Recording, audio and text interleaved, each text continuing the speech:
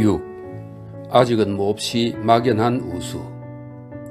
이반 표도로비치는 알로시아와 헤어진 후 집으로, 표도로 파블로비치의 집으로 갔다. 그런데 이상한 일이 일어났으니 갑자기 그에게 참기 힘든 우수가 음습했으며, 무엇보다도 걸음을 내디딜 때마다 집이 가까워질수록 그것은 점점 더 커졌던 것이다.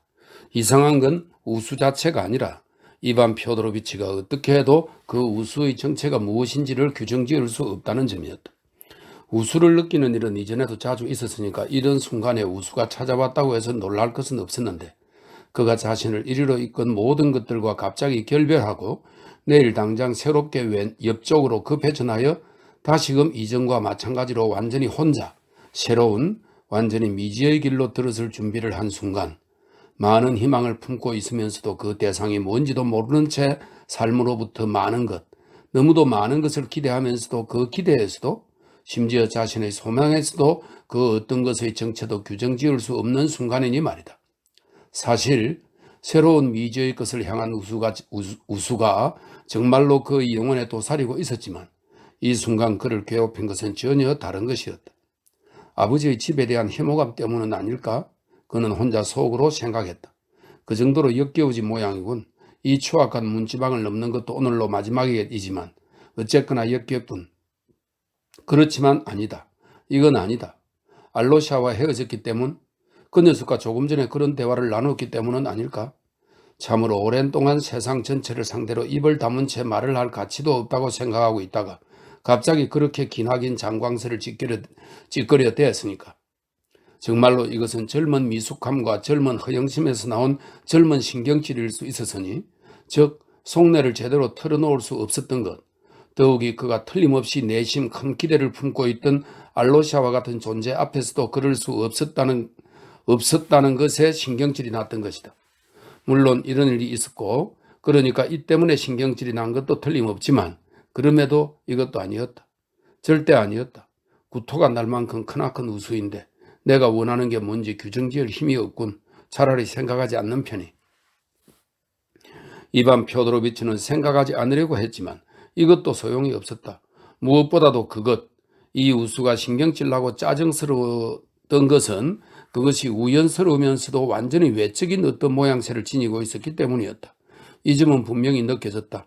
어떤 존재나 물체가 어딘가에 툭 튀어나와 있는데, 이건 흡사 이따금씩 눈앞에 무언가가 툭 튀어나와 있으되 무슨 일을 하거나 대화에 열중하고 있는 동안엔 특별히 주의를 두진 않아도 어쨌거나 역력하게 짜증이 나다 못해 거의 괴로워지기까지 하다가 결국 저걸 치워버려야겠다는 생각이 들어서 보면 전혀 쓸모없을 뿐더러 대부분의 경우 아주 공소하고 우스꽝스러운 대상, 즉 마룻바닥에 떨어진 스카프나 책장에 갖다 놓지 않은 책 등과 같이 엉뚱한 자리에 뒀다가 그만 잊어버린 무슨 물건인 것과 같았다. 마침내 이반 표도로비치는 가장 추악하고 짜증스러운 기분 상태에서 아버지의 집에 다다랐는데, 쪽문으로부터 대략 15걸음쯤 떨어진 곳에서 대문 안을 힐끔 들여다보고서 갑자기 자신을 그토록 괴롭히고 불안하게 한 것이 무엇인지를 대번에 알아챘다. 대문 옆 벤치에는 머슴 스메르자코프가 신선한 저녁 공기를 쐬며 앉아 있었는데, 이반 표도로비치는 그를 딱 보자마자 자신의 영혼 속에도 머슴 스메르자코프가 앉아 있으면서 바로 저 인간을 자신의 영혼에 참아낼 수 없음을 깨달았다. 모든 것이 갑자기 밝아졌으며 선명해졌다. 아까 알로시아가 스메르자코프를 만났다는 이야기를 할 때부터 갑자기 무언가 음울하고 역겨운 것이 그의 심장을 푹 찌르면서 그 즉시 그의 내부에서 반사적인 악의를 불러일으켰다. 그 다음 대화를 나누는 동안 스메르자코프의 존재는 잠깐 잊혔지만, 그럼에도 그의 영혼 속에 도사리고 있다가 이반 표도로비치가 알로시아와 헤어지고 혼자 집으로 향하자마자 그 즉시 잊혔던 감각이 갑자기 빠른 속도로 다시금 수면 위로 고개를 쳐들기 시작했던 것이다. 아니, 저 걸레 같은 불안당이 이 정도로까지 내 신경을 긁어놓을 수 있다니. 참을 수 없는 악의를 느끼면서 그는 이렇게 생각했다. 문제는 이반 표도로비치가 최근 들어 특히 바로 요 며칠 사이에 이 인간을 정말로 아주 싫어하게 됐다는 점이다. 그는 심지어 이 존재를 향한 나날이 커져버린 그의 정오에 가까운 감정을 몸소 인지하기 시작했다. 정오의 추위가 이렇게까지 날카로워진 까닭은 바로 처음, 즉 이반 표도로비치가 우리 도시에 도착한 직후와는 완전히 다른 일이 일어났기 때문이라. 그 당시 이반 표도로비치는 갑자기 스메르자코프에게 어떤 특별한 관심을 보였으며 심지어 그를 아주 독특한 인간으로 생각하기까지 했다. 그가 직접 나서서 스메르자코프로 하여금 자기와 말을 하도록 가르쳤는데 그러면서도 언제나 그의 다소간의 영문모를 태도, 아니 더 정확히 말해서 다소 불안한 그의 정신상태가 의아스러웠으며 도대체 무엇이 이 관조자를 이토록 지속적이고 집요하게 불안스럽게 만들 수 있는지 이해할 수 없었다. 그들은 철학적인 물음들에 대해서도 이야기를 나누었으며 심지어 태양, 달, 별들은 넷째 날에 갔어야 만들어졌는데 첫째 날에는 도대체 어떻게 빛이 났을까? 이것을 어떻게 이해해야 할까에 대해서도 이야기했다. 하지만 곧 이반 표도로비치는 문제가 태양, 달, 별 따위가 아님을, 태양, 달, 별도 물론 흥미진진한 대상이긴 하지만 스메르자코프에게 있어서는 부차적이다 못해 3차적인 것임을, 그에게 필요한 것은 완전히 다른 어떤 것임을 확신하게 됐다. 이렇든 저렇든 어떤 경우에나 무한한 자존심이, 더욱이 모욕받은 자존심이 슬슬 본색을 드러내며 나오기 시작했다. 이반 표도로비치는 이것이 영 마음에 들지 않았다. 그의 혐오감은 바로 여기서 시작됐던 것이다. 이어 집안의 어수선한 내분이 시작되고 그루셴카가 나타나고 드미트리 형의 소동이 시작되어 야단 법석이 일었을 때 그들은 이것에 대해서도 이야기를 나누었는데 스메르자코프는 이런 대화를 나눌 때면 대단히 흥분하긴 했지만 이번에도 그가 여기서 정말 무엇을 원하는지는 어떻게 해도 알아낼 도리가 없었다. 심지어 무심결에 언제나 하나같이 막연한 소망들을 겉으로 내비칠 때도 너무 비논리적이고 무질서하여 놀라울 정도였다. 스메르자코프는 미리 곰곰 생각을 해둔 것이 분명한 어떤 질문들을 넌지시 던지면서 시종일관 캐물었지만 무엇을 위해서인지 이 점은 설명해 주지 않았으며 보통 자신의 신문이 한창 무르익어갈 순간에 갑자기 입을 다물어 버리거나 완전히 다른 화제로 돌려버리거나 했다. 하지만 이반 표도로비치의 신경은 마침내 결정적으로 자극하여 그에게 이와 같은 혐오감을 불러일으킨 가장 주된 것은 스메르자코프의 혐오스럽고도 어쩐지 특수한 허물없는 태도였는데 그는 심하게 그런 태도를 보이기 시작하더니 그 정도가 날이 갈수록 더 심해졌다. 그가 무례하게 굴었다는 것은 아니고 오히려 정반대로 언제나 굉장히 공손한 태도로 말했는데 그럼에도 스메르자코프는 무엇 때문인지는 통할 수 없지만 자기 자신이 마침내는 무슨 일이 있어서 이반 표도로비치와 어떤 연대관계라도 있는 양 간주하는 기색이 역력했으며 언제나 그들 두 사람 사이에 이미 무언가 약속된 것이 있는 양 언젠가 쌍방 사이에 함께 말이 있었을 때 오직 그들 두 사람만이 알고 있고 그들 주위에 득실거리는 다른 필멸의 존재는 이해도 할 수 없는 무언가 비밀스러운 것이 있는 듯한 어조로 말했다. 하지만 이반 표도로비치는 그러고서도 자꾸 커져만 가는 자신의 혐오감의 진짜 원인을 오랫동안 깨닫지 못하다가 결국엔 아주 최근에 와서야 무엇이 문제인지를 알아채게 됐다. 그림칙하고 짜증스러운 느낌이 들어서 그는 지금 스메르자코프를 거들떠 보지도 않고 말없이 쪽문으로 지나가려고 했지만 스메르자코프가 벤치에서 일어나자 이미 이 몸짓 하나만으로도 이반 표도로비치는 저자가 자기와 특별히 하고 싶은 이야기가 있다는 것을 금방 알아챘다. 이반 표도로비치는 그를 바라보고는 걸음을 멈추었는데 불과 1분 전에 원했던 것과 달리 그냥 지나치지 않고 끝으로 갑자기 걸음을 멈추었다는 사실 때문에 치가 떨릴 정도로 열을 받았다. 분노와 혐오감을 느끼면서 그는 스메르자코프의 그 세종파와 같이 바싹 여윈 얼굴을 머리를 빗어넘겨 드러난 관자 노리며 벽 닭벼슬 마냥 돌돌 말린 머리카락을 바라보았다. 왼쪽 눈을 보일 듯 말 듯 가늘게 뜨면서 윙크를 하고 씩 웃는 그의 모양새가 꼭 왜 그냥 지나가지 않고 오는 거야. 그거 봐, 우리 두 사람, 이 영리한 사람들끼리는 따로 할 말이 있는 거야 라고 말하는 듯 했다. 이반 표도로비치는 전율했다. 쓱 꺼져 이 불안당 같은 놈. 내가 너놈이랑 어울릴 줄 알고 바보 녀석. 그의 혀끝에서 이런 소리가 튀어나올 것만 같았지만 정작 혀끝에서 튀어나온 말은 전혀 다른 것이어서 그는 어마어마하게 놀랐다. 그래, 아버지는 주무시나 아니면 깨어나셨나? 그는 스스로도 예기치 못하게 조용하고 겸손하게 말했으며 갑자기 역시나 전혀 예기치 못하게 벤치에 앉았다. 순간 그는 거의 무서워지기까지 했으며 이 일을 나중에 회상했다. 스메르자코프는 등짐을 진 채 그의 맞은편에 서서 확신에 차서 그의 엄격한 시선으로 그를 바라보았다. 아직 주무십니다요. 그는 서두르지 않고 말했다. 먼저 말을 건 건 너놈이야. 내가 아니다. 라고 하는 듯 했다. 도련님도 참 놀랍습니다. 그는 이렇게 덧붙인 뒤 잠시 말이 없다가 어쩐지 거들먹거리면서 눈을 내리깔고 오른발을 앞으로 내밀어 레크치를 난 구두의 코를 놀리며 발장난을 쳤다. 내가 어디가 놀랍다는 거냐? 이반 표도로비치가 힘껏 자제력을 발휘하여 탁탁 끊기는 말투로 준엄하게 말했는데 갑자기 자신이 아주 강한 호기심에 사로잡혀 있어서 그것을 만족시키기 전에는 어떠한 일이 있어도 떠나지 않을 것임을 깨닫고는 혐오감을 느꼈다. 도련님, 체르마시나에는 왜 안 가십니까요? 스메르자코프가 갑자기 그를 훑어보면서 아주 허물없는 사이인 양 미소를 지었다.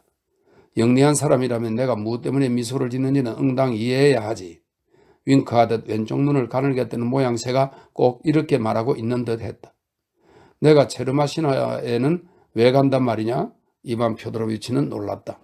스메르자코프는 다시금 잠깐 입을 다물었다. 심지어 표도로 파블로비치조차도 도련님에게 그렇게 간곡하게 부탁하셨는데쇼? 마침내 그는 마치 그 자신도 자신의 이 대답이 그다지 대수롭지 않다는 양 서두르는 기색도 없이 말했다. 그저 뭐든 말을 하긴 해야 하니까 부차적이다 못해 3차적인 원인을 아무거나 꺼내 둘러대고 있다는 식이었다. 에이 빌어먹을 좀 더 분명하게 말해봐. 니놈한테 필요한 게 뭐야? 이반 표도로비치는 여태껏 온순하게 굴다가 마침내 거칠어지면서 성질을 버럭 내며 소리쳤다. 스메르자코프는 오른쪽 발을 왼쪽 발 위에 살짝 걸친 뒤 더 곧게 뻗었지만 여전히 예의 그 평온함과 예의 그 미소를 띠면서 계속하여 그를 바라보았다. 특별한 건 없습니다요. 그저 대화를 좀 나눴으면 싶어서. 다시 침묵이 찾아왔다. 거의 1분 정도는 둘 다 말이 없었다. 이반 표도로비치는 자기가 지금이라도 당장 뻘떡 일어나서 화를 내야 된다는 것을 알고 있었고 한편 스메르자코프는 그 앞에 서서 꼭 무언가를 기다리는 듯한 눈치였다. 자, 어디 한번 두고 볼까? 니놈이 화를 낼지 안 낼지 라는 식으로 말이다. 최소한 이반 표도로비치에게는 그렇게 생각되었다. 마침내 그는 일어나기 위해서 몸을 기울였다. 스메르자코프는 정확하게 그 순간을 포착했다. 제 처지가 말이 아닙니다요. 이반 표도로비치. 제 몸 하나를 어떻게 구제해야 할지도 모르겠습니다. 갑자기 그가 확고한 의조로 또박또박 말했는데 마지막 말을 할 때는 한숨을 내쉬었다. 이반 표도로비치는 그 즉시 다시 자리에 앉았다. 두 분이 다 어찌나 고집을 부리는지 두 분 다 완전히 어린애가 된 것 같습니다요. 스메르자코프가 계속했다. 도련님의 아버님과 형님 드미트리 표도로비치 말씀입니다요. 이제 그분 그러니까 파블로비치는 일어나시기만 하면 곧장 그래 안 왔느냐? 아니 왜 안 오는 거냐? 라고 시시각각해 물으시면서 저를 닦아 세우기 시작할 테고 이런 식으로 자정까지 심지어 자정이 넘어서도 계속될 겁니다. 만약 아그라페나 알렉산드로브나가 안 오시면 다시금 내일 아침부터 저에게 달려들어 왜 안 왔느냐? 무슨 이유가 있어 안 온 거냐? 언제 온다든? 이라고 물으실 테니 꼭 이 일이 무슨 제 잘못이라도 되는 듯한 꼴이랍니다. 다른 한편으론 상황이 어떤고 하니 지금 당장 날이 어두워질라 치면 아니 미처 그러기도 전에 도련님의 형님께서 손에 무기를 들고 이웃집에서 나타나실 겁니다. 잘 감시해라 이 악랄한 놈 부엌대기 같은 놈아.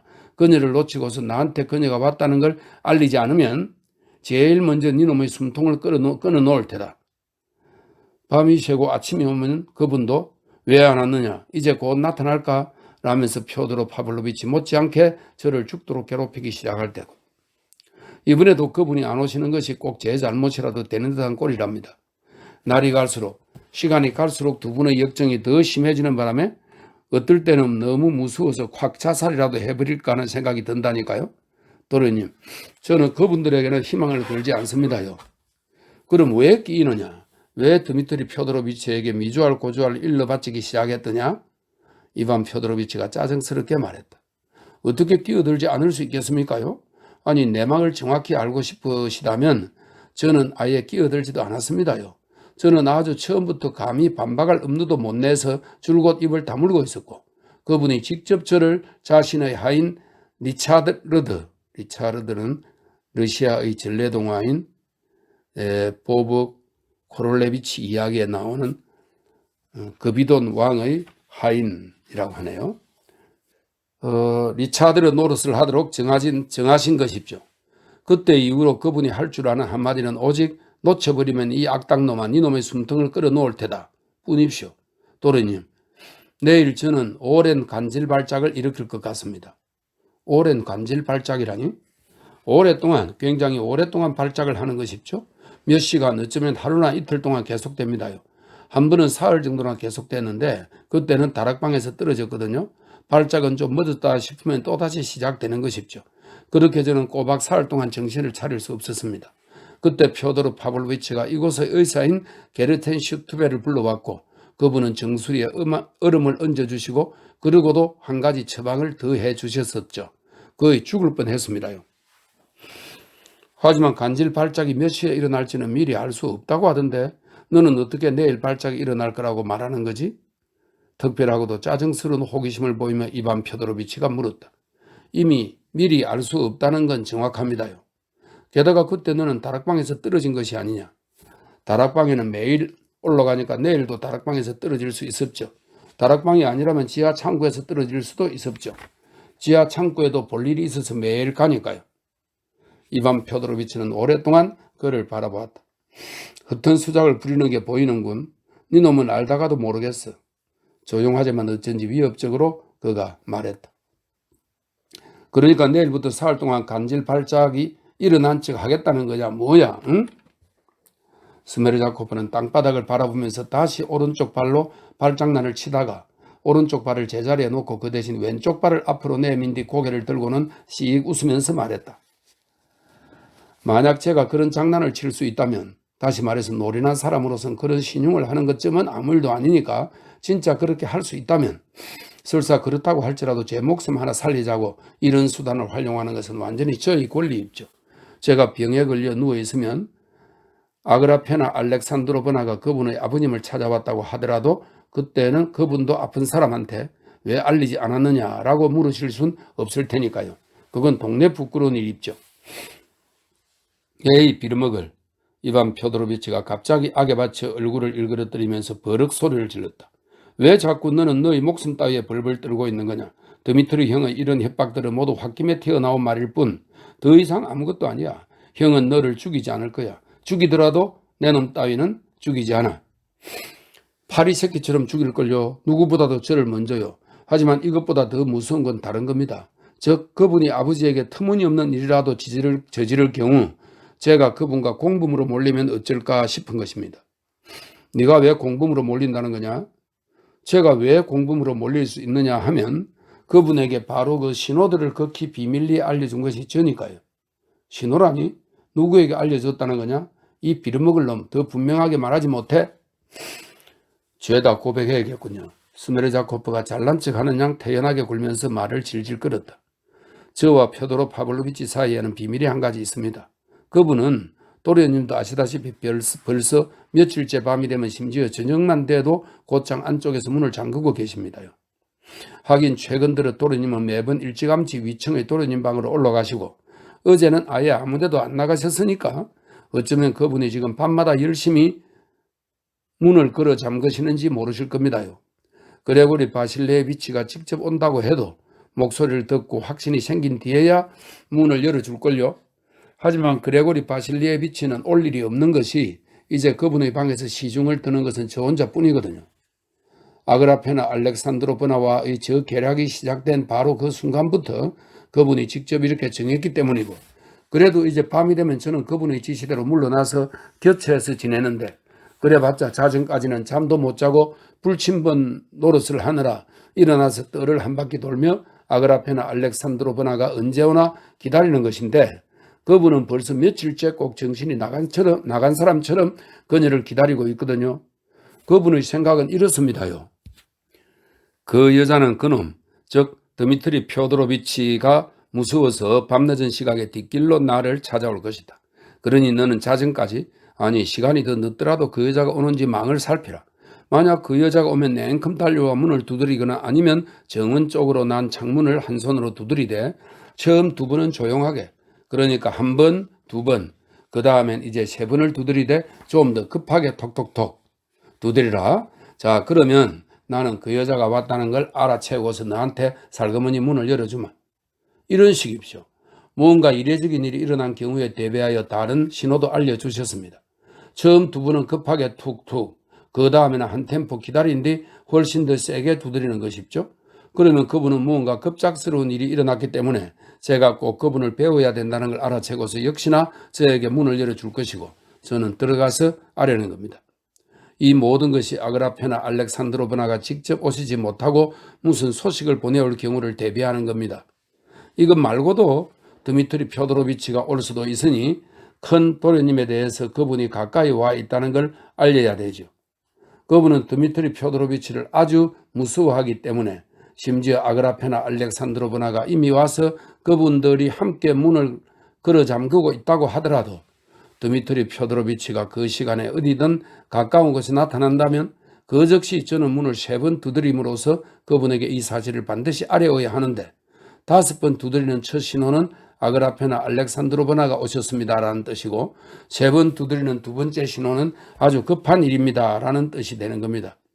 이런 식으로 그분이 몸소 시범을 보이시면서 저한테 가르쳤고 설명을 해 주셨습니다. 우주를 통틀어서 이 신호를 아는 사람은 저와 그분뿐이기 때문에 그분은 이제 어떤 의심도 하지 않고 큰 소리를 내거나 하지도 않으시면서 열어주실 겁니다. 그런데 바로 이 신호를 이제는 드미트리 펴도로비치도 아시게 됐습니다. 어떻게 알게 됐다는 거냐? 너가 말해 주었지? 어떻게 감히 그런 짓을 할 생각을 한 게냐? 너무 무서워서 그랬습니다요. 그분 앞에서 제가 어찌 감히 입을 다물고 있겠습니까요? 드미트리 펴도로비치는 매일 이놈 나를 속이는 거지, 나한테 뭔가 숨기는 거지, 내 니놈의 두 다리를 분질러 버리겠다 라고 얼음장을 놓곤 했었죠. 그래서 저는 이 비밀 신호들을 알려주었습니다요. 최소한 내가 얼마나 노예처럼 복종하는지를 그분이 보실 수 있도록 이로써 그분을 속이는 것이 아니라 모든 죄다 구애바치고 있음을 확신하실 수 있도록 하려고요. 만약에 형이 그 신호를 이용해서 안으로 들어가려고 한다는 생각이 들면 형을 절대로 들여보내지 마. 하지만 만약 제가 발작이 나서 누워있다면 그때는 들여보내지 않을 도리가 없지 않습니까요? 그분이 그토록 필사적이라는 것을 알고 있어서 들여보내지 않으려고 길을 쓸 수는 있겠지만 말입죠. 에이 빌어먹을. 어떻게 너는 간질발작이 일어나는 걸 그렇게 확신하는 거냐 이 빌어먹을 놈아? 지금 나를 갖고 노는 게냐 뭐냐? 도련님을 갖고 놀다니요. 이렇게 무서운데 그럴 리가 있습니까요? 간질발작이 일어나리라는 예감이 듭니다. 그런 예감이 든다고쇼. 너무 무섭다는 것 하나만으로도 발작은 일어날 수 있었죠. 에이 빌어먹을. 너가 누워있을 때면 그레고리가 망을 보면 될 것 아니냐. 그레고리에게 미리 알려주어라. 그러면 형을 들여보내지 않을 테니. 주인 어르신의 명령 없이는 그레고리 바실리에비치는 그 신호를 절대 알려드릴 수가 없습니다요. 게다가 그레고리 바실리에비치가 그분의 소리를 듣고 들여보내지 않을 거라고 말씀하시지만 그분이 때마침 어제부터 병이 나서 오늘 몸져 누웠고 마르파 이그나치예브나는 내일 그를 치료할 계획입니다. 얼마 전에 그렇게 하기로 말이 끝났죠. 그런데 이들의 치료법이 아주 흥미진진합니다. 마르파 이그나치예브나는 묘한 물약을 어떤 풀로 만든 아주 독한 놈 하나를 알고 있어서 늘 떨어지지 않게 보관하고 있는데 그걸 쓰는 비법을 알고 있었죠. 그분이 이 비밀스러운 약으로 그리고리 바실리에비치를 치료하는 일은 1년에 3번 정도 있는데 그러니까 그분의 허리깨가 꼭 무슨 중풍에라도 걸린 듯 온통 마비되는 일이 1년에 3번은 있거든요. 그럴 때면 마르파 이그나치예브나는 수건을 가져와 이 물약으로 적셔서는 수건이 바짝 마를 때까지 등이 빨갛게 부어오를 때까지 그분의 등 전체를 문질러낸 뒤 그 다음에 무슨 주문을 외우면서 유리병 안에 남은 것을 그분에게 마시도록 하는데 그렇다고 전부 다는 아닌 것이 이와 같이 드문 경우에는 얼마간의 양을 자기 몫으로 남겨뒀다가 자기가 마시거든요. 그러고는 두 분 다 그러니까 술도 못하는 양반들이라서 이런 일이 있고 나면 그대로 쓰러져서 아주 오랫동안 깊은 잠에 빠져든답니다.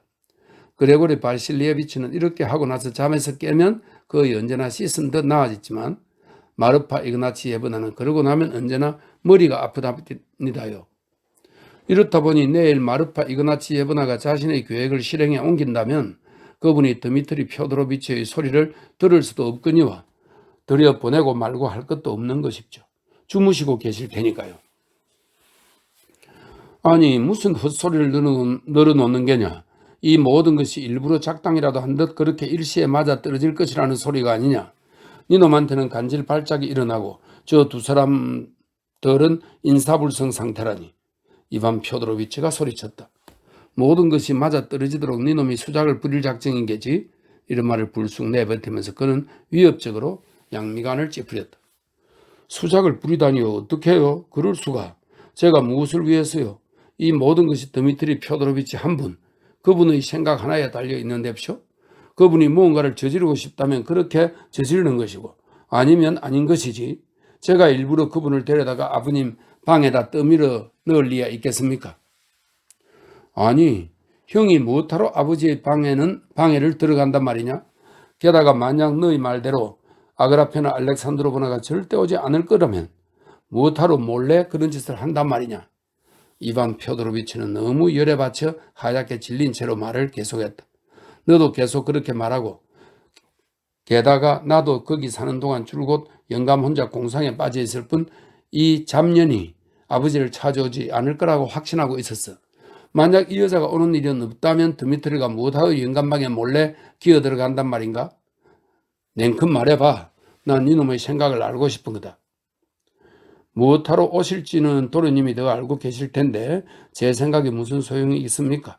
그냥 분을 참지 못해 오실 수도 있고 아니면 혹시 제가 알아놓을 경우 미심쩍은 생각이 들어오실 수도 있는 법. 그러니까 어제처럼 의심이 생겨 참지 못하고는 들어와 방을 샅샅이 뒤질 수도 있었죠. 혹시 자기 몰래 용케 들어온 건 아니냐는 식으로 말이죠. 그분도 표도로 파블로비치에게 3,000 루블이던 커다란 봉투가 준비되어 있다는 것을 잘 알고 계신데 봉투에 3개의 봉인을 찍어 노끈으로 단단히 묶고 주인 나리가 자기 손으로 직접 나의 청사 그루셴카에게 찾아올 마음만 있다면 이라고 써놨다가 그로부터 사흘쯤 지나서 병아리에게라고 더 써넣었었죠. 자, 바로 이것이 미심쩍다 이 말씀입니다. 헛소리 작사게. 이반 표도로비치는 미친 듯 흥분해서 고함을 질렀다. 드미트리는 돈을 강탈하러 올 위인도 아니고 더욱이 그런 일로 아버지를 죽인 위인도 못돼. 형은 어제 미친 바보처럼 열이 빠친 나머지 그루셴카 때문에 아버지를 죽일 뻔했지만 강도질을 하러 오진 않을 거야. 그분에겐 지금 돈이 아주 필요합니다. 아주 절실하게 필요하죠. 이반 표도로비치 얼마나 필요한지 도련님도 모르십니다. 굉장히 차분하고 탁월할 정도로 또박또박 스메르자코프가 설명했다. 게다가 그분은 이미 3,000 루블을 자기 돈으로 생각하고 있으며 저한테도 그렇게 설명했었죠. 아버지는 나한테 아직 정확히 3,000 루블을 빚지고 있어 라고요. 이 모든 것에 덧붙여 이반 표도로비치 제법 명백한 사실이 하나 더 있다는 걸 생각해 보십시오. 이거야말로 정말 거의 그럴듯한 이야기인데 아그라페나 알렉산드로보나는 그분이 원하기만 한다면 반드시 그분, 즉 주인 나리인 표도로 파블로비치를 자기와 결혼하게끔 만들 것이며 그 여자분이 원하기만 한다면 하고 단서를 달았지만 정말로 그분도 그걸 원할지도 모릅시오. 그러니까 저는 그분이 오지 않을 거라고 말했지만 이건 그분이 어쩌면 더 많은 것을 다시 말해서 곧장 주인마님이 되길 원할지도 모르기 때문이죠. 제가 알기론 그분의 상인인 삼소노프가 그분한테 완전히 탁 터놓고 그거 참 제법 영악한 일이 될 거라고 말하면서 웃었다더군요. 그런데 이분은 머리가 아주 좋거든요. 드미트리 표도로비치 같은 빈 터트리에게 시집을 가진 않을 겁니다요. 자, 그러니까 이제 모든 걸 고려하여 직접 판단해 보시죠. 이반 표도로비치, 그렇게 되면 드미트리 표도로비치는 물론이고 도련님과 도련님의 동생 알렉세이 표도로비치에게도 아버님이 돌아가신 후에 정확히 땡전 한 분 안 돌아올 것인데 왜냐하면 아그라페나 알렉산드로보나가 그분에게 시집 오는 건 전 재산을 자기 명의로 돌려서 죄다 자기 것으로 만들기 위해서니까요. 하지만 이와 같은 일이 일어나기 전에 바로 지금 도련님의 아버님이 돌아가시면 그 즉시 도련님들 각각에게 4만 루블씩은 좋게 돌아갈 것이며 그분의 유언장이 이미 작성되지 않았으니까 그분이 그토록 증오하는 드미트리 표도로비치에게도 돌아갈 테죠. 이 모든 것을 드미트리 표도로비치도 너무나 잘 알고 계십죠. 이반 표도로비치의 얼굴이 어쩐지 일그러지더니 부르르 경련이 일었다. 그는 갑자기 새빨개졌다. 그렇다면 도대체 왜 니놈은? 하고 갑자기 스메르자코프의 말을 가로막았다. 상황이 이렇게만 나들어 체르마 신하에 가라고 권하는 거냐? 도대체 무슨 말을 하고 싶어서 그랬던 거냐? 내가 떠나면 이 집에서 그런 일이 벌어질 텐데. 이반 표도로비치는 힘겹게 숨을 몰아쉬었다. 바로 그 말씀입니다요. 스메르자코프는 조용하게 사려 깊게 말했지만 그러면서 이반 표도로비치를 유심히 지켜보았다. 바로 그 말씀이라니? 이반 표도로비치가 가까스로 스스로를 억누르고 위협적으로 눈을 번뜩이면서 다시 물었다. 도련님이 가엾어서 드린 말입니다. 제가 도련님 처제라면 그렇다면 저는 당장에 이 모든 것을 던져버렸을 겁니다요. 이런 일을 지켜보고 있느니 차라리 스메르자코프가 아주 솔직담백한 표정으로 이반 표도로비치의 번뜩이는 눈을 보면서 대답했다. 두 사람 다 잠깐 말이 없었다. 니놈은 구제불능의 백치인데다가 그리고 물론 무섭도록 추잡한 놈이야. 이반 표도로비치는 갑자기 벤치에서 일어났다. 그러고는 당장 쪽문으로 가려고 했지만 갑자기 걸음을 멈추고서 스메르자코프 쪽으로 몸을 돌렸다. 뭔가 이상한 일이 일어났다. 이반 표도로비치는 느닷없이 꼭 경련이라도 인양 입술을 꽉 깨물고 주먹을 불끈 쥐었는데 이대로 한순간만 더 있었더라면 물론 스메르자코프에게 달려들었을 것이다. 바로 그 순간 최소한 상대방은 이것을 눈치채고서 부르르 떨더니 온몸을 뒤로 움찔했다. 하지만 스메르자코프는 이 순간을 무사히 넘겼고 이반 표도로비치는 어쩐지 더욱 의욕을 느끼면서 말없이 쪽문 쪽으로 몸을 돌렸다. 내일 나는 모스크바로 간다.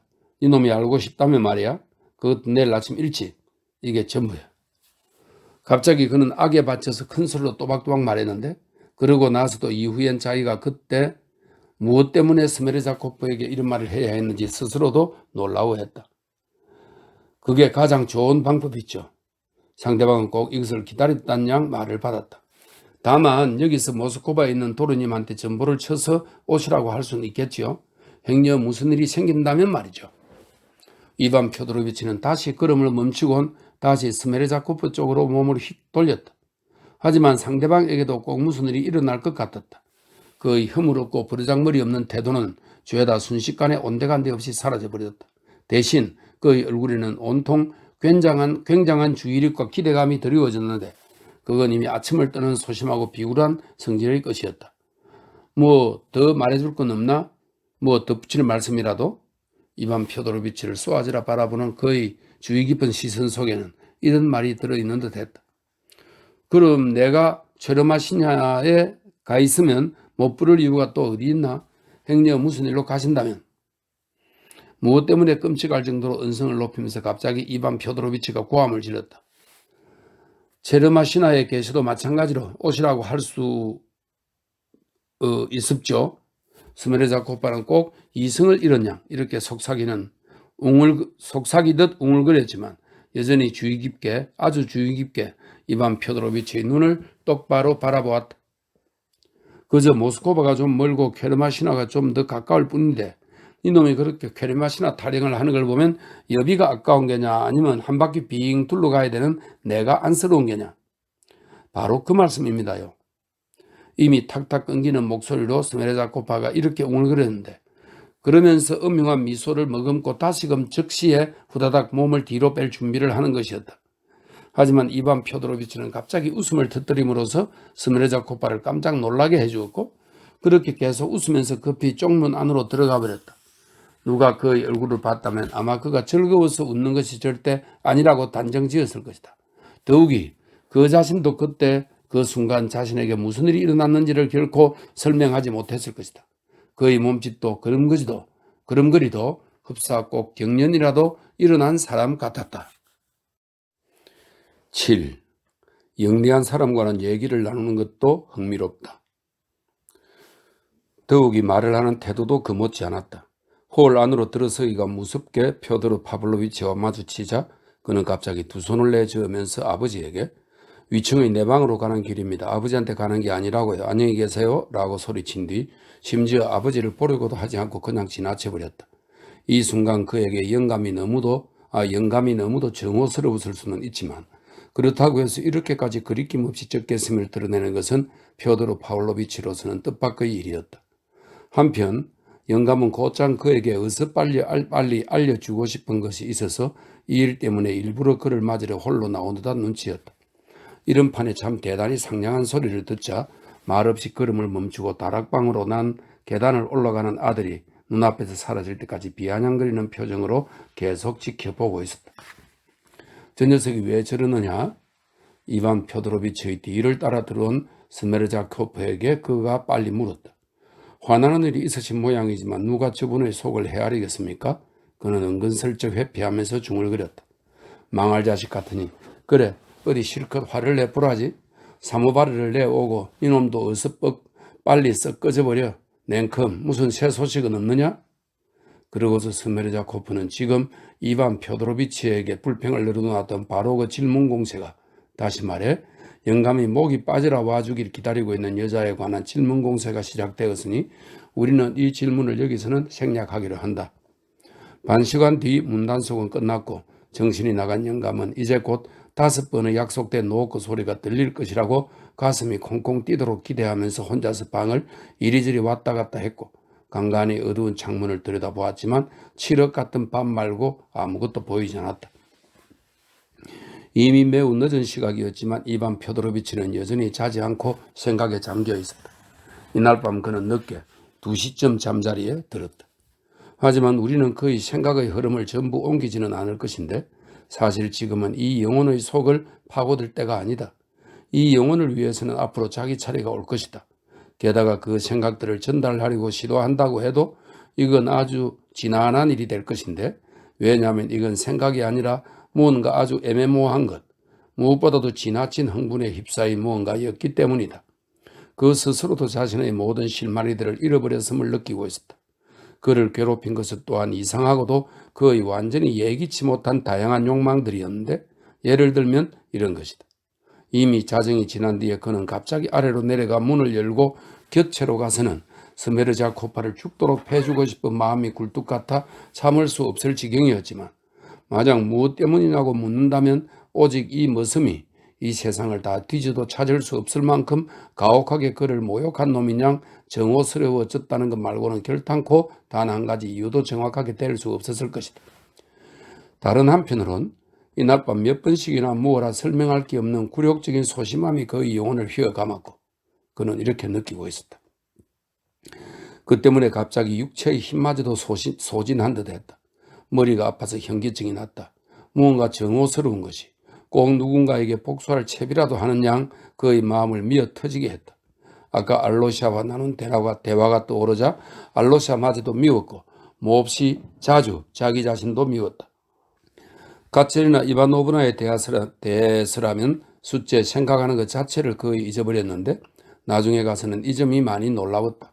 더욱이 어제 아침만 해도 가첼리나 이바노브나 앞에서 내일이면 모스크바로 떠난다면서 그토록 호탕하게 유세를 부리면서도 막상 마음속으로는 헛소리 작작해 가긴 어딜가, 지금 너가 이렇게 헛붕을 떨어봤자 쉽사리 떨어질 순 없을걸 이라고 스스로에게 속삭였던 것이 똑똑히 기억났으니 말이다.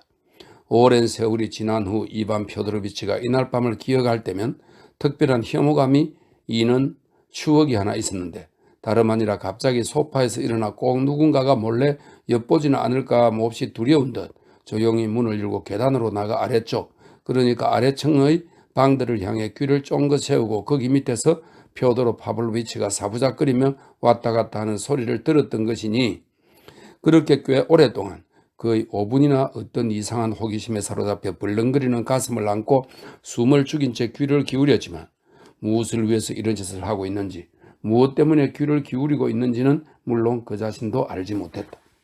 이 행동을 그는 이후 평생 동안 추잡한 짓이라고 불렀고 평생 동안 남몰래 자기 마음 깊은 곳에서 자신의 일생 중 가장 야비한 행동이라고 생각했다. 그런데 정작 표도로 파블로비치에 대해서는 이 순간 어떤 증오도 느끼지 않은 반면 그저 어쩐지 호기심만이 죽도록 치밀러 올랐다. 저기 밑에서 아버지가 어떤 꼴로 왔다 갔다 하고 있을까? 지금 저기 자기 방에서 대략 무엇을 하고 있을까? 저기 아래 어두운 창문을 들여다보다가 갑자기 방 한가운데서 걸음을 멈추고서 누가 노크를 하지 않을까 기다리고 또 기다리고 있지는 않을까 등 각종 추측과 생각이 맴돌았던 것이다. 이반 표도로비치는 이 짓을 하기 위해 2번 남짓 계단으로 나가봤다. 2시쯤 되어 사방이 잠잠해지고 표도로 파블로비치도 잠자리에 들자 이반 표도로비치도 잠자리에 들었으니 피곤해서 죽을 지경이었던 만큼 어서 빨리 잠들고 싶어 마음이 굴뚝 같았다. 과연 정말로 그렇게 됐다. 그는 갑자기 깊은 잠에 빠져들어 꿈도 꾸지 않고 푹 잤지만 일찍 이미 날이 밝은 7시쯤엔 잠에서 깼다.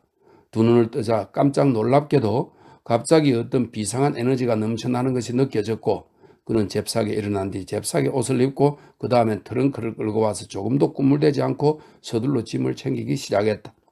마침 속옷은 어제 아침에 이미 전부 세탁부한 떼서 받아둔 상태였다. 이반 표도로비치는 모든 것이 이렇게 딱 맞아 떨어졌고 느닷없는 출발을 지연시킬 일이 아무것도 없다는 생각에 씩 미소를 머금기까지 했다. 어쨌거나 정말로 느닷없이 떠나는 셈이 됐다. 이반 표도로비치는 비록 어제 카체리나 이바노브나 알로샤 나중에는 스메르자 쿄프에게까지 내일 떠날 거라고 말을 하긴 했지만 어제 잠자리에 들 때만 해도 자기가 그 순간 정말로 떠날 생각은 없었음을 아주 잘 기억하고 있었으며 최소한 아침에 눈 뜨기가 무섭게 당장 트렁크부터 챙길 줄은 꿈에도 생각지 못했던 것이다. 마침내 트렁크와 배낭이 준비를 했다. 이미 9시가 다 됐고 마브라 이그나치 예보나가 그의 방으로 올라와 매일 해왔듯 차는 어디서 드시겠습니까? 도련님 방에서 드시겠습니까? 아니면 내려오시겠습니까? 라는 통상적인 질문을 던졌다. 이반 표도로비치는 아래층으로 내려왔는데 비록 그의 내면에도 그의 말과 몸짓에도 무언가 산만하고 부산스러운 기색이 역력했지만 표정은 거의 즐겁기까지 해보였다.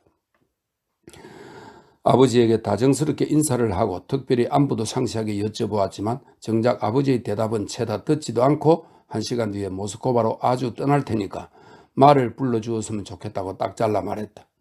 영감은 이 소식을 들으면서 손톱만큼이라도 놀라기는커녕 아들 녀석이 떠난다는데 서운한 기색을 내비치는 것마저 잊어버리는 참으로 대단한 무례를 범해버렸다. 그러니까 서운해하기는커녕 때마침 기묘한 자신의 일 하나를 생각해내고는 갑자기 엄청나게 수순을 떨어댔던 것이다. 아이고 얘야 이놈 하는 짓하곤 어제만 해도 아무 일도 없더니 뭐 이러나 저러나 지금이라도 얘기를 좀 잘해보자. 이 애비한테 선심 쓰는 셈 치고 체르마시나에 좀 들러다오. 볼로비아 역에서 왼쪽으로 돌아 기껏해야 12베르스타 정도만 가면 돼. 그럼 바로 체르마시아야. 죄송하지만 안 되겠습니다. 철도까지는 80베르스타인데 모스크바 기차는 역에서 저녁 7시에 떠나니까 기차 시간에 맞추기도 벅차요. 내일 가면 될 거 아니냐. 모레도 아니고 내일인데 오늘은 체르마시나에 들려주려무나 애비 소원 들어주는 것이 무엇이 그리 힘드냐? 그쪽 일이 여간 급작스럽고 대단한 게 아니라서 이쪽에 일이 없다면 내가 진작 몸소 날아갔을 테지만 이쪽도 영 만만치 않아서 짬을 낼 수가 없어. 봐라. 그쪽 베기체보와 자치키노 그 두 구역의 항무지에 내 숲이 있단다.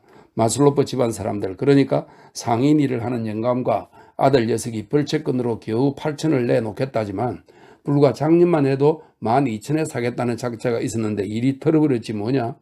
이곳 사람이 아니어서 딱 좋았는데 말이다. 지금 이곳 사람들은 가망이 없거든. 이 욕심쟁이 마슬로프 놈들. 그러니까 이 부자는 10만장자야. 한번 뭉떡을 들이고 값을 매기면 꼭 그 가격으로 죄다 가져가는데 이곳 사람들 중 아무도 감히 이들을 상대할 엄두를 못 내는 거야. 그런데 지난 목요일에 갑자기 일린스키 신부한테서 고르스트키인이 왔다는 편지가 이리로 날아온 거야. 이 작자는 나도 알고 있는 상인인데 마침 이곳 사람이 아니니 금상첨화지 뭐냐. 이곳 출신이 아니라 포그레브 출신이라서 마슬로프 놈들을 무서워하지 않는다 이 말씀이야. 숲값으로 11,000을 내놓겠다는구나. 듣고 있느냐? 신부가 편지에 쓴 말로는 그자가 이곳에 머무르는 건 기껏해 앞으로 일주일이란다. 자, 그러니까 너가 가서 그 작자와 흥정을 좀 해주면 좋겠는데. 그럼 아버지가 신부에게 편지를 쓰시면 되겠네요. 신부가 흥정을 할 테니까. 그럴 재주가 없는 사람이란다. 바로 이게 골칫거리란 말이다. 이 신부는 뭘 보는 눈이 없어. 사람이야 더할 나위 없이 좋아서 내 지금이라도 그에게 영수증도 없이 임원을 보관하라고 맡길 수 있을 정도지만 뭘 보는 눈이 없어서 숫째 사람도 아니야. 까마귀한테도 속아 넘어갈 위인이라니까. 하지만 저쪽은 배운 사람이거든. 그 참 기가 막히지. 이 고로스트키는 겉보기엔 시퍼런 방코트를 걸친 무지랭이 농꾼이지만 성깔로 치자면 완전히 야비한 놈이거든. 바로 이게 우리 모두한테 큰 문제가 아니냐. 이놈은 거짓말을 밥 먹듯 한다니까. 정말로 어떤 때는 입만 열면 전부 다 거짓말 투성이라서 도대체 저놈이 왜 저러는지 놀라울 정도라 말이야. 재작년에 마누라가 죽어서 벌써 두 번째 마누라와 결혼해 산다고 늘어났는데 사실 그건 새빨간 거짓말이었으니 기가 막힐 노릇이지 않니? 이놈의 마누라는 죽기는 그냥 지금도 시퍼렇게 살아있어서 대략 사흘에 한 번씩 이놈을 두들겨 패고 있거든. 자, 이런 형편이니 지금도 똑똑히 알아봐야 되는 거야. 이놈이 거짓말을 하는 건지 참말을 하는 건지 진짜로 숲을 살 마음이 있어서 만천을 내놓으려는 건지 아닌지 말이다. 그렇다면 나도 할 수 있는 일이 없겠는걸요? 나한테도 그런 쪽으로는 보는 눈이 없으니까요. 잠깐만 좀 기다려봐. 너도 소용이 된다니까. 내가 이놈과 이미 오랫동안 일을 해오고 있으니 너한테 그러니까 고로스트킨의 온갖 특징들을 알려주마. 자, 봐라. 우선 이놈의 특수염을 살펴봐야 돼. 이놈의 특수염은 불구죽죽하고 추잡하고 가늘어. 만약 특수염이 파르르 떨리고 말을 하면서도 화를 내면 다시 말해 옳거니 됐다. 즉 진심으로 하는 말이고 일을 하고 싶다는 소리야. 만약 왼손으로 특수염을 쓰다듬으면서 실실 웃으면 다시 말해서 뻥을 치고 싶어서 관계를 꾸민다는 소리야. 그놈의 눈은 절대로 보지 마라. 속이 시커먼 구죽물 같은 악당이라서 눈을 봐서는 아무것도 알아낼 수가 없으니까. 특수염을 살펴봐야 돼. 내가 너한테 그놈 앞으로 보내는 쪽지를 써줄 테니 가서 보여줘. 그놈은 고르스트킨이라고 하지만 실은 고르스트킨이 아니라 랴가버이인데 너는 그놈한테 랴가버이라고 말하면 안 돼. 성질을 낼 거야. 그놈과 흥정을 해보고 옳거니 되었다 싶으면 그 즉시 이리로 편지를 보내다오. 그저 거짓말을 하는 건 아니다 라고만 써보내. 만천을 고소하되 천 정도는 깎아줘도 되지만 더 이상은 깎아주지 말아라. 한번 생각해 보렴. 8천과 만천이라니 3천이나 차이가 나잖니. 이 3천을 나는 그저 줍는 셈이 아니냐. 산다는 사람은 통 나타날 생각을 않고 돈은 죽도록 필요한 판에 그놈이 진심으로 저런다는 걸 알려주면 어떻게든 시간을 내서 여기서 직접 휑 날아가 결판을 내마. 만약 이게 죄다 신분이어서 혼자 생각해낸 거라면 내가 지금 그쪽으로 달려갈 이유가 어디 있니? 자, 그래 갈래 말래? 아휴, 시간이 없어요. 좀 봐주세요. 에이, 애비한테 선신 좀 쓰면 어디가 덧나냐? 내 이 은혜는 잊지 않으마. 하여간 요놈들은 인정머리라고는 손톱만 것도 없다니까 정말. 나한테 하루나 이틀이 뭐 그리 아깝냐? 지금 어딜 그리 가는 게냐? 베네치아라도 가니? 이틀 늦는다고 너희 베네치아가 무너지진 않아. 내 알로시카를 보냈으면 싶었다만 아니 알로시카가 어디 이런 일에 맞는 녀석이야? 내가 너한테 이러는 건 오로지 네가 영리한 놈이기 때문이야. 내가 모를 줄 알고 숲을 팔고 자시고 하는 건 몰라도 넌 뭘 보는 눈이 있거든. 그러니까 그저 보기만 하면 돼. 이 사람이 진담으로 하는 말인가 아닌가를. 분명히 말하지만 특수임을 살펴봐야 돼. 특수임이 파르르 떨리면 진담인 거야. 아버지가 나서서 나를 저 빌어먹을 체르마시나로 떠미시는 건가요? 예? 이반 표도로비치는 이렇게 소리친 뒤 아기의 자서 삐뚤음한 미소를 머금었다. 표도로 파블로비치는 아기는 알아보지 못했지만 혹은 숫째 알아볼 마음도 없었지만 삐뚤음한 냉소만은 표착했다. 그러니까 간다는 소리지 가는 거지? 내 지금 너한테 급히 쪽지에다 몇 자 휘갈겨 주마. 갈지 안 갈지 모르겠어요. 도중에 결정하죠. 도중이라니 지금 결정해라 얘야. 결정을 해다오. 흥정을 해보고 나한테 두 줄만 쓰다오. 신부한테 맡기면 그자가 금방 나한테 너의 편지를 보내줄 거야. 그러고 나면 너를 붙잡지 않을 테니 서둘러 베네치아로 가렴. 신부가 자기 마차로 너를 다시 볼로비아 역으로 데려다 줄 테니. 영감은 그야말로 환희작약하면서 쪽지를 휘갈기고 말을 시키고 사람들을 불러 먹을거리와 꼬냑을 내왔다. 영감은 기쁠 때면 의뢰 열애들떠 장광설을 늘어놓기 시작했지만 이번만은 자제를 하는성 싶었다. 예를 들어 드미트리 표도로비치에 관해서는 단 한마디도 내뱉지 않았다. 한편 이별을 앞두고서도 전혀 까딱하지 않았다. 숫째 무슨 말을 해야 할지도 모르는 듯 했다. 그리고 이반 표도로비치는 이것을 아주 잘 알아챘다. 아버지는 나한테 실정이 난 거야. 어쨌거나 그는 속으로 이렇게 생각했다.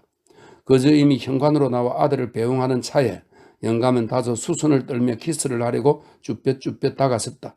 하지만 이반 표도로비치는 서둘러 손을 내밀어 악수를 청했는데 보아하니 키스는 하기 싫은 눈치였다. 영감은 당장 알아채고서 냉큼 찌그러졌다. 자, 하나님이 함께 하길, 하나님이. 그가 현관에서 반복했다. 살아생전에 언제 또 올 테지? 그래, 와라. 언제나 반갑게 맞아주마. 자, 그리스도가 너와 함께 하길. 이반 표도로비치는 여행용 마차에 올랐다. 잘 가거라, 이반. 이 애비를 너무 욕하지는 말고. 아버지가 마지막으로 소리쳤다. 스메르자코프며 마르파며 그리고리며 모든 집안 사람들이 배웅을 하러 나왔다. 이반 표도로비치는 모두에게 10루블씩을 선사했다. 그가 이미 마차에 자리 잡았을 때 스메르자코프가 양탄자를 바로 잡으려고 뛰어올랐다. 봐라, 이렇게 체르마시나로 가는구나. 이반 표도로비치의 입에서는 어쩐지 갑자기 이런 말이 터져 나왔는데 이번에도 어제와 마찬가지로 꼭 저절로 말이 튀어나온 것 같았다. 게다가 어떤 신경질적인 웃음도 함께 나왔다. 훗날에도 그는 오랫동안 이것을 회상하곤 했다. 그러니까 사람들 말이 사실이었군요. 영리한 사람과는 얘기를 나누는 것도 흥미롭다더니. 스메르자코프는 이반 표도로비치를 뚫어져라 바라보면서 확고한 의조로 이렇게 대답했다. 여행용 마차가 곧 출발하여 질주하기 시작했다. 여행객은 마음속은 혼란스럽지만 그래도 주위의 들판이며 언덕이며 나무를 자기 위로 맑은 하늘 높이 날아가는 기러기 떼를 탐욕스럽게 바라보았다. 그러자 갑자기 기분이 좋아졌다. 그는 마부에게 말을 걸기도 했는데 그 농부가 그에게 말한 것 중 어떤 것이 그의 호기심을 굉장히 자극했지만 1분 뒤에는 모든 것이 귀를 스쳐 지나갈 뿐 정작 그 자신은 사실상 농부의 대답을 전혀 이해하지 못했다는 생각이 들었다. 그는 입을 다물고 있었는데 그래도 좋았다. 공기는 깨끗하고 싱그럽고 신선했으며 하늘은 맑았다. 그의 머릿속으로 알로시아와 카체리나 이바노브나의 형상이 스쳐 지나갔다. 하지만 그는 조용히 웃으면서 사랑스러운 환영들을 향해 조용히 바람을 불어보냈고 그러자 그들은 날아가 버렸다. 그들을 위한 시간은 또 있을 테니까 라고 생각하면서 마차는 단숨에 역에 도착했고 말을 바꾸어 맨 뒤 볼리비아로 질주하기 시작했다.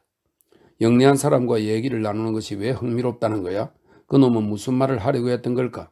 갑자기 그는 숨이 콱 막혀왔다. 그나저나 나는 또 뭐하러 그놈한테 체르마시나에 간다고 고한 걸까? 볼로비아 역에 도착했다. 이반 표도로비치가 여행용 마차에서 내리자 마부들이 그를 에워쌌다. 체르마시나까지 12베르스타의 거리를 새길을 따라 사슬역 마차를 타고 가기로 정했다. 그는 말을 매라고 명령했다. 역사 안으로 들어가 주위를 둘러보고 역참지기의 아내를 힐끔 쳐다보는가 싶더니 갑자기 현관으로 되돌아 나왔다. 체르마시나는 필요 없겠네. 이보게들 7시 기차에 댈 수 있겠나? 딱 맞게 갈걸요. 말을 맬까요? 얼른 매겨나. 누구든 자네들 중 누구 내일 시내에 가는 사람 없나? 있다 마다요. 여기 미터리가 갈 겁니다. 그럼 미터리 청 하나만 들어줄 수 없겠나? 우리 아버지 표드로 파블로비치 까라마조프 집에 들러 내가 체르마시나에는 가지 않았다는 말을 좀 전해주게. 어때? 그럴 수 있겠나? 여부가 있겠습니까요? 들르도록 하겠습니다. 표드로 파블로비치라면 아주 오래전부터 알고 있으니까요. 자, 이거 차라도 한 잔 사 마시게. 어차피 아버지한테는 못 받을 테니까. 이반 표도로비치는 즐겁게 웃었다. 그분이야 주실 덕이 없죠. 미터리도 웃었다. 고맙습니다. 날이 꼭 그리 합죠. 저녁 7시 이반 표도로비치는 객차 안으로 들어가 모스코바로 내달렸다. 이번에는 전부 다 안녕이다. 지난 세계는 영원토록 작별이다. 그 세계로부터 어떤 소식도 어떤 응답도 없길. 옆도 뒤도 안 돌아보고 새로운 세계, 새로운 장소로 가는 거다. 하지만 황홀감 대신 갑자기 칠흑 같은 어둠이 그의 영혼에 깃들었고 마음속에서는 그가 이전에는 평생 느껴보지도 못한 크나큰 비애가 울부짖기 시작했다. 그는 밤새도록 곰곰 생각에 잠겼다. 기차는 마냥 질주했고 날이 밝을 때쯤 되었어야 이미 모스코바로 들어갔어야 그는 갑자기 정신이 번쩍 든 것 같았다. 나는 야비한 놈이야. 그는 속으로 이렇게 속삭였다.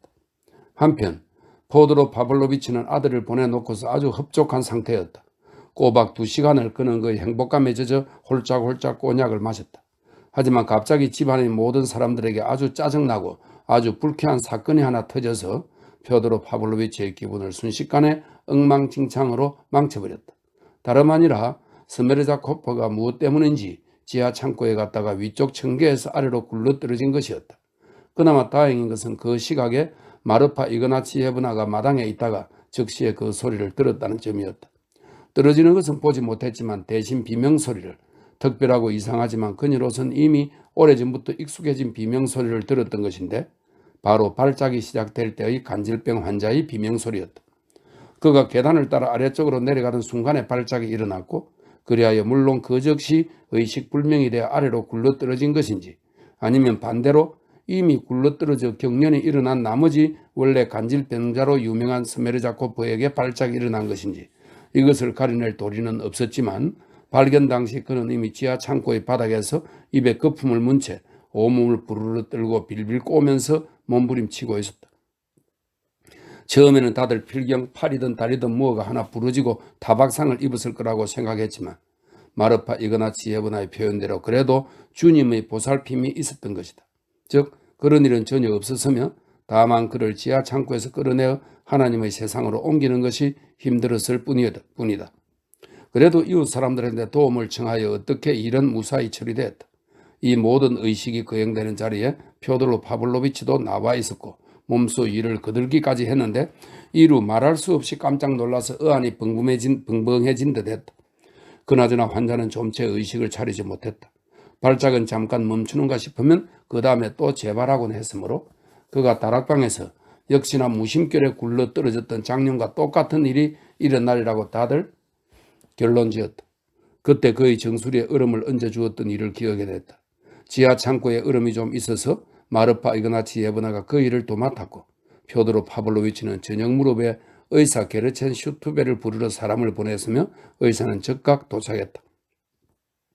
환자를 꼼꼼하게 진찰한 뒤 그는 어마어마한 발작이어서 목숨을 위협할 수도 있다라고 길론 짓고는 지금으로선 즉 게르첸 슈투베도 정확히는 잘 모르겠지만 지금의 처방이 도움이 되지 않는다면 내일 아침 다른 처방을 해보겠노라고 했다. 환자는 겨체에 그리고리와 마르파 이그나치예브나의 거처 옆에 있는 작은 방에 눕혔다. 그러고 나서 퓨어돌 파블로비치는 하루 종일 불행에 또 불행을 맛보았다. 다름 아니라 마르파 이그나치예브나가 식사를 준비해 왔는데 스메르자코프의 요리와 비교하자면 수프는 구정물이나 다름없었고 닭고기는 너무도 바싹 말라서 도무지 씹을 수가 없었다. 마르파 이그나치예브나는 비록 주인나리가 옳긴 옳지만 여하튼 쓴소리를 하니까 그 암탉은 안 그래도 원래 너무 늙은 놈이었고 그녀 자신은 요리사 일을 배운 적도 없노라고 반박했다.